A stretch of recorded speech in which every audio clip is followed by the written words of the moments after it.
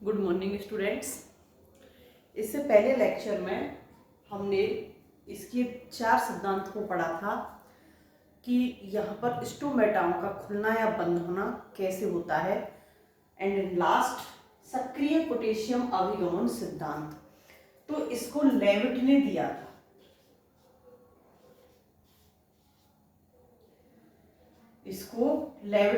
था। लेविट ने बताया कि यहाँ पर जो स्टोमेटा होते हैं, इन स्टोमेटाओं का खुलना या बंद होना यहाँ पर जो सक्रिय पोटेशियम आयन है, इन सक्रिय पोटेशियम आयन के ऊपर डिपेंडेंट होता है, इनके ऊपर निर्भर होता है। यहाँ पर जो सक्रिय पोटेशियम आयन है, ये सक्रिय पोटेशियम आयन गार्ड सेल्स के अंदर प्रवेश करते हैं, और जब ये सक्रिय पोटेशियम आयन गार्ड सेल्स के अंदर प्रवेश करते हैं तो यहाँ पर ऊर्जा की आवश्यकता होती है, और वो ऊर्जा किसके रूप में प्रयुक्त की जाती है? एटीपी के रूप में यहाँ पर ऊर्जा प्रयुक्त की जाती है। तो यहाँ ये सक्रिय अभिगमन है, एक्टिव ट्रांसपोर्ट है, यहाँ ऊर्जा यूज होगी ही।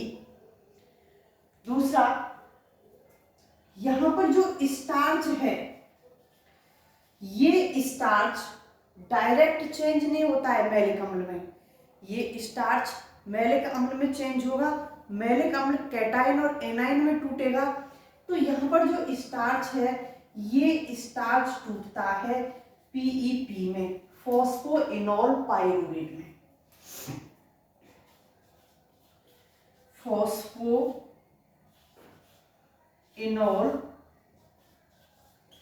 पाइरूवेट, जब ये मैलिक अम्ल फॉस्फोइनोल पाइरूवेट में टूट जाता है तो यहाँ पर पीईपी कार्बोक्सिलेज, तो यहाँ CO2 और जल के अणु काम आते हैं, तो यहाँ ये बन जाता है ऑक्सैलो एसिटिक अम्ल, ऑक्सैलो एसिटिक एसिड। ये ऑक्सैलो एसिटिक एसिड फिर किसमें टूटेगा? मैलिक एसिड में, और यहां मैलिक एसिड का होगा फिर वियोजन। ये मैलेटाइन और H+ आयन, ये कैटाइन और ये एनायन। तो यहां पर लेविट के अकॉर्डिंग स्टार्च डायरेक्ट नहीं टूटता है, ये बहुत सारी प्रोसेस के जरिए यहाँ पहुंचता है। स्टार्च फॉस्फोइनोल पाइरूवेट में जाएगा, फॉस्फोइनोल पाइरूवेट कार्बोक्सिलेज की उपस्थिति में ऑक्सैलो एसिटिक एसिड बनेगा, फिर ये मैलिक एसिड के अंदर कन्वर्ट होगा। यहाँ तक की क्रिया हो जाने के बाद में अब ये जो मैलिक एसिड है, ये मैलिक एसिड कहाँ उपस्थित है? गार्ड सेल में। अब मैलिक एसिड कहाँ? गार्ड सेल में उपस्थित है, जहां इसका क्या हो रहा है? वियोजन। वियोजन के बाद में मैलेटाइन और H+ आयन दोनों यहाँ पर प्रेजेंट है। तो ये तो हो गई इसके टूटने की प्रक्रिया। अब देखते हैं इधर,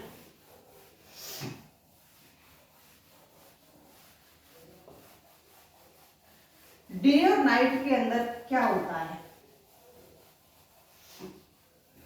सबसे पहले डे के अंदर देखते हैं।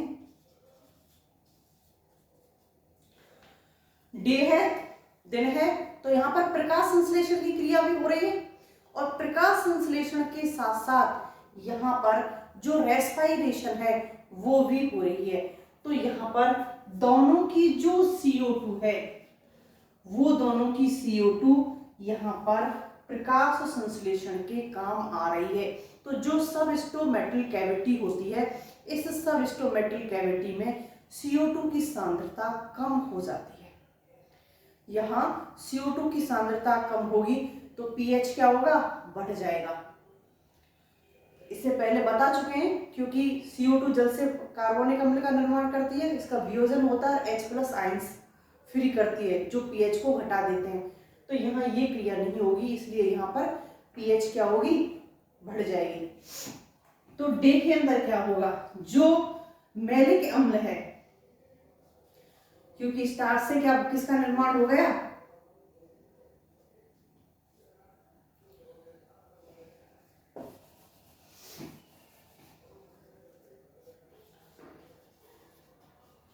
मैलिक एसिड का।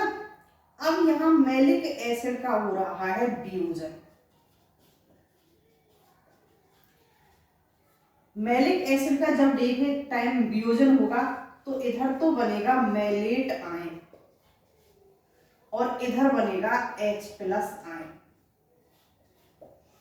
ये जो H+ आयन है, अब ये कहां उपस्थित है, सभी गार्ड सेल में, और गार्ड सेल की भी क्या, वैक्यूल में, रिक्तिका में। जो गार्ड सेल की रिक्तिका है, क्योंकि हमने पहले भी पढ़ा है कि यहाँ पर प्लांट्स के अंदर रिक्तिकाएं बड़ी पाई जाती हैं और ऑलमोस्ट स्थान को घेरे हुए पाई जाती हैं। तो यहाँ पर गार्ड सेल की रिक्तिका के अंदर ये मैलेट आयन और H+ आयन दोनों प्रेजेंट है।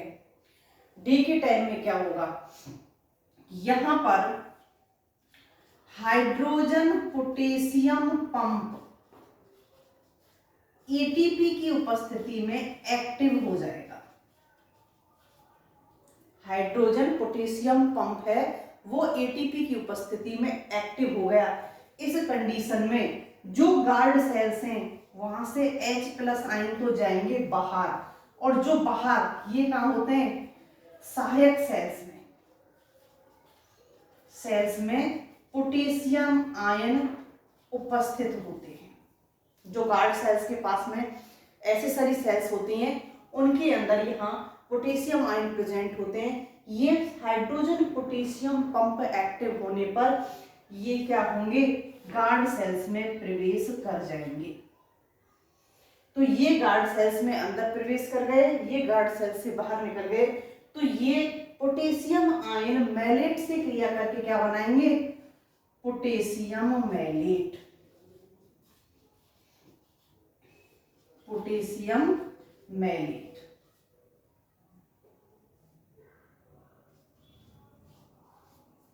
अब ये पोटेशियम मैलेट कहाँ है, गार्ड सेल की रिक्तिका में।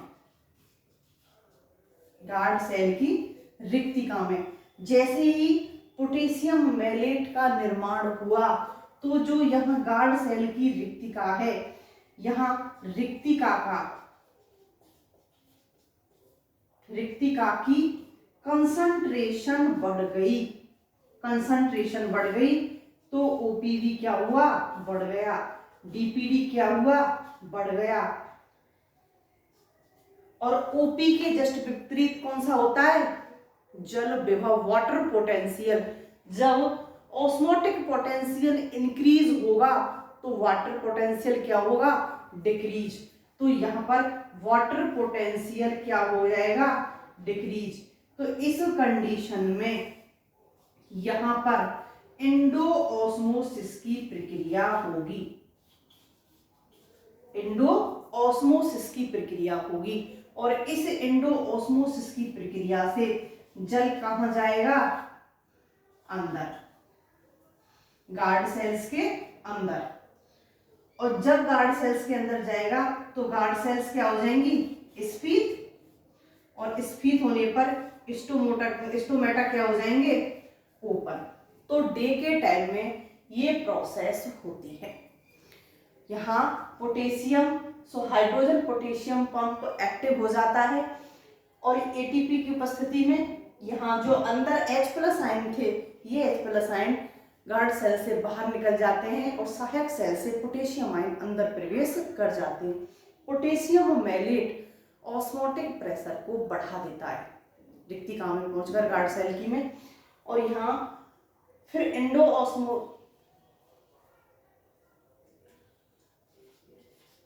इंडोऑस्मोसिस की प्रक्रिया होती है और इंडोऑस्मोसिस की प्रक्रिया से गार्ड सेल स्फीत हो जाती हैं और यहाँ पर स्टोमेटा ओपन हो जाते हैं। अब नाइट के टाइम में क्या होगा, नाइट के टाइम में प्रकाश संश्लेषण हो गया बंद। जब नाइट के टाइम में प्रकाश संश्लेषण बंद हो जाएगा तो नाइट में जो सब स्टोमेटल कैविटी है, नाइट के अंदर जो सब स्टोमेटल कैविटी में CO2 की कंसंट्रेशन क्या हो जाएगी, बढ़ जाएगी। ये CO2 की कंसंट्रेशन बढ़ने पर यहां AVA एब्सिसिक अम्ल होता है, ये क्या हो जाएगा, यहाँ CO2 की सांद्रता से ये एक्टिव हो जाएगा और इसके एक्टिव होने के बाद में यहाँ क्या होगा, जो पोटेशियम मैलेट था, जो यहाँ पर पोटेशियम मैलेट था,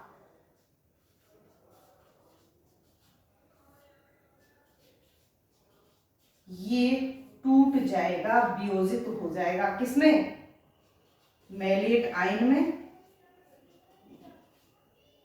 और पोटेशियम आयन में। अब यहां पर वापस से वही हाइड्रोजन पोटेशियम पंप था वो हो जाएगा यहाँ स्टॉप। एटीपी जो बर्न हो रही थी वो हो जाएंगी स्टॉप। जब यहाँ पर हाइड्रोजन पोटेशियम पंप स्टॉप हो गया तो अंदर तो पोटेशियम आयन जाएंगे नहीं, इधर यहाँ इसका वियोजन हो गया CO2 की सांद्रता बढ़ने पर, तो यहाँ पोटेशियम आयन तो बाहर आएंगे और जो हाइड्रोजन आयन थे वो क्या होंगे, अंदर जाएंगे। पोटेशियम आयन बाहर और हाइड्रोजन आयन अंदर, तो यहां पर वापस से मैलिक अम्ल बन जाएगा। जैसे ही गार्ड सेल में, गार्ड सेल की रिक्तिका में मैलिक अम्ल बनेगा तो यहां कंसंट्रेशन क्या हो जाएगी, कम, स्थिति हो जाएगी यहाँ पर तनु। ऑस्मोटिक प्रेशर क्या हो जाएगा, डिक्रीज, तो वाटर पोटेंशियल क्या हो जाएगा, इंक्रीज, डीपीडी क्या हो जाएगा, डिक्रीज। तो ये सब कंडीशनों के बाद में यहाँ पर जो क्रिया होगी वो होगी एक्सोऑस्मोसिस की, एक्सोऑस्मोसिस की प्रक्रिया होगी।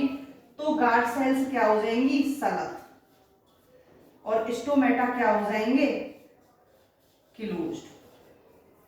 तो नाइट के टाइम में ये सारी प्रोसेस होती है और एट लास्ट स्टोमेटा क्या हो जाते हैं, क्लोज्ड हो जाते हैं। स्टोमेटा यहाँ पर आकर के बंद हो जाते हैं। तो स्टूडेंट्स, यहाँ जो लेविट ने जो सिद्धांत दिया था, इस सिद्धांत पर कई साइंटिस्टों ने कार्य किया और यहाँ पर ये एट लास्ट पाया कि जो पोटेशियम आयन होते हैं, इन पोटेशियम आयन का सक्रिय अभिगमन होता है और इस सक्रिय अभिगमन में यहाँ पर ऊर्जा की आवश्यकता होती है, ऊर्जा खर्च होती है और जो ऊर्जा यहाँ खर्च हो रही है वो एटीपी के रूप में यहाँ पर मिलती है, एटीपी के रूप में यहाँ पर प्रयुक्त होती है। नेक्स्ट देखते हैं हम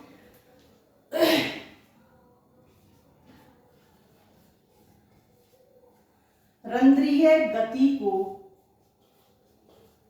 प्रभावित करने वाले कारक, रंध्रीय गति को प्रभावित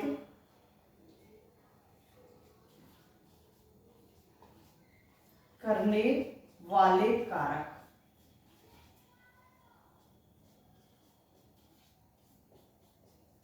रंध्रीय गति को कौन कौन से कारक प्रभावित करते हैं? फर्स्ट, वातावरण की आर्द्रता,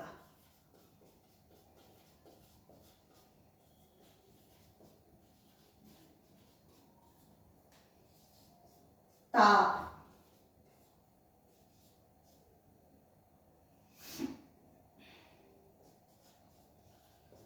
मृदा जल। फर्स्ट देखते हैं वातावरण की आर्द्रता। अगर वातावरण के अंदर आर्द्रता अधिक है, ह्यूमिडिटी अधिक है, तो यहां पर स्टोमेटा ओपन रहेंगे, स्टोमेटा ओपन रहेंगे। कारण अगर वातावरण में आर्द्रता प्रेजेंट है तो यहाँ जो होने वाला वाष्पोत्सर्जन है वो कम हो जाएगा, और जब वाष्पोत्सर्जन कम होगा, पानी की कम खर्च होगा, यहाँ से कोशिकाओं के अंदर पानी बरकरार रहेगा, तो स्टोमेटा स्वतः ही किस अवस्था में रहेंगे, खुली हुई अवस्था में रहेंगे, ओपन अवस्था में रहेंगे। अगर वातावरण में ह्यूमिडिटी कम हो जाती है, जैसे गर्मियों के टाइम में टेम्परेचर बहुत अधिक होता है, और टेम्परेचर अधिक होने पर यहाँ पर ह्यूमिडिटी क्या हो जाती है, कम हो जाती है, तो वाष्पोत्सर्जन की प्रक्रिया है वो क्या होती है, तीव्र होती है। तो ऐसी स्थिति में अपनी खुद की सुरक्षा के लिए, क्योंकि यहाँ पर अगर लगातार स्टोमेटा ओपन रहेंगे तो लगातार वाष्पोत्सर्जन होगा और कोशिकाओं में पानी की कमी आ जाएगी, क्योंकि अवशोषण से जो जड़ें जो पानी का अवशोषण कर रही है, वहाँ उस अवशोषण से वाष्पोत्सर्जन की जो दर होती है वो अधिक हो जाती है, तो पानी की कमी आने से सेल्स क्या आ जाएंगे, म्लानी अवस्था में आ जाएंगी। तो इस वजह से यहाँ पर स्टोमेटा क्या हो जाते हैं, क्लोज्ड। ह्यूमिडिटी अधिक तो ओपन, ह्यूमिडिटी कम तो क्लोज्ड। टेम्परेचर, ताप की अगर हम बात करें स्टूडेंट्स, तो यहाँ पर 0 डिग्री सेल्सियस या इससे कम अगर टेम्परेचर है तो यहाँ पर स्टोमेटा क्या रहेंगे, क्लोज्ड। कम ताप पर स्टोमेटा बंद हो जाते हैं। अधिक ताप पर, और वो ताप होता है यहाँ पर 30 से 40 डिग्री सेल्सियस, कहीं 25 से 35 भी मिलता है, तो यहाँ पर ये वो ताप होता है जहां स्टोमेटा सर्वाधिक एक्टिव कंडीशन में होते हैं। 40 से 45 भी मिल जाएगा, अधिकतम मैक्सिमम जो होता है वो 40 से 45 भी होता है, लेकिन ये सूटेबल होता है। तो यहाँ स्टोमेटा आराम से खुली हुई अवस्था में रहेंगे, ओपन अवस्था में रहेंगे। अगर टेम्परेचर बहुत अधिक हो गया, बहुत अधिक हो जाए, तो इस कंडीशन में भी स्टोमेटा क्या हो जाते हैं, क्लोज्ड। क्यों, वही वाष्पोत्सर्जन बहुत अधिक होगा, उसकी वजह से यहाँ पर स्टोमेटा क्लोज्ड हो जाएंगे। नेक्स्ट, मृदा जल। अगर मृदा में जल की मात्रा पर्याप्त है तो स्टोमेटा ओपन रहेंगे।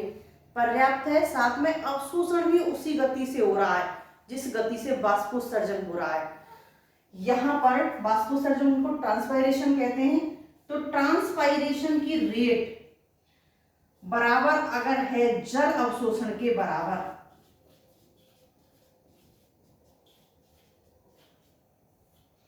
तो स्टोमेटा रहेंगे ओपन।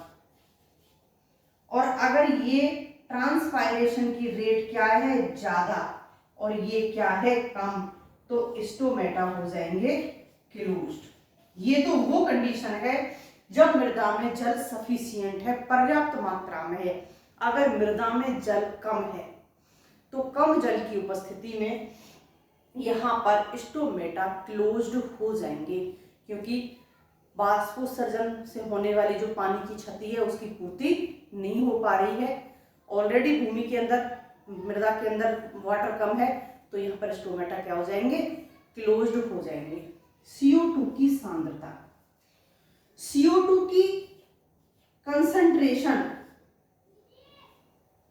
CO2 की कंसंट्रेशन अगर वातावरण में अधिक है, एटमॉस्फेयर में अगर CO2 की कंसंट्रेशन अधिक है, तो स्टूडेंट चाहे डे है और चाहे नाइट, स्टोमेटा क्या रहेंगे, क्लोज्ड। pH कम हो जाएगी और स्टोमेटा क्या हो जाएंगे, क्लोज्ड। अगर कंसंट्रेशन क्या है, कम, तो स्टोमेटा क्या हो जाएंगे, ओपन, स्टोमेटा खुल जाते हैं। तो CO2 की सांद्रता भी स्टोमेटा को खुलने और बंद होने के लिए उत्तरदायी होती है। नेक्स्ट, गार्ड सेल्स की pH। गार्ड सेल्स की pH की अगर हम बात करें,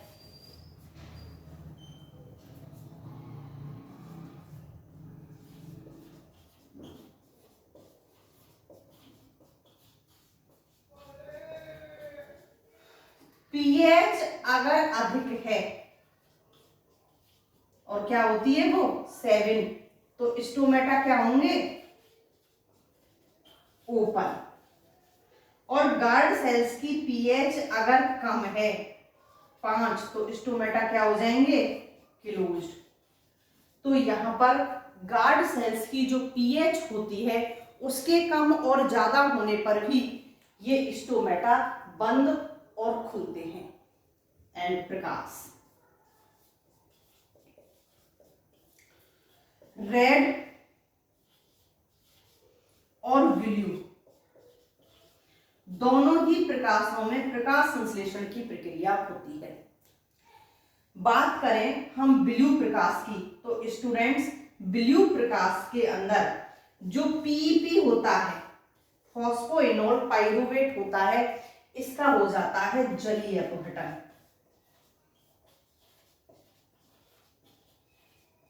किसके बजाय, रेड लाइट के बजाय ब्लू लाइट में पीईपी का जलीय अपघटन तीव्रता के साथ होता है।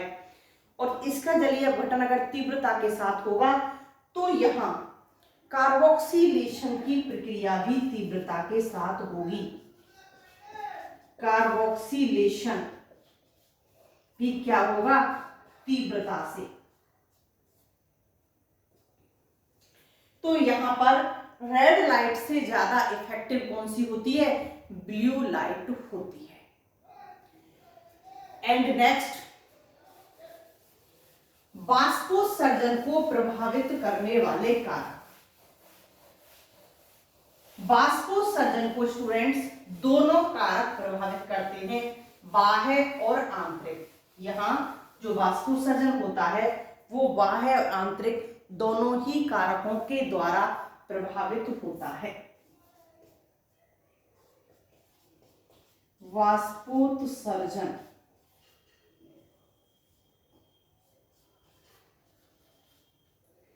ट्रांसपाइरेशन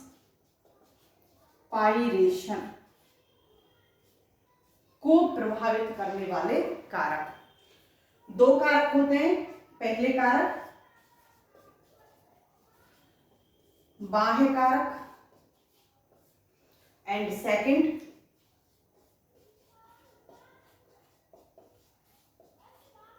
आंतरिक कारक। दोनों ही कारक यहां पर वाष्पोत्सर्जन को प्रभावित करते हैं। नेक्स्ट वीडियो में देखते हैं। बाय।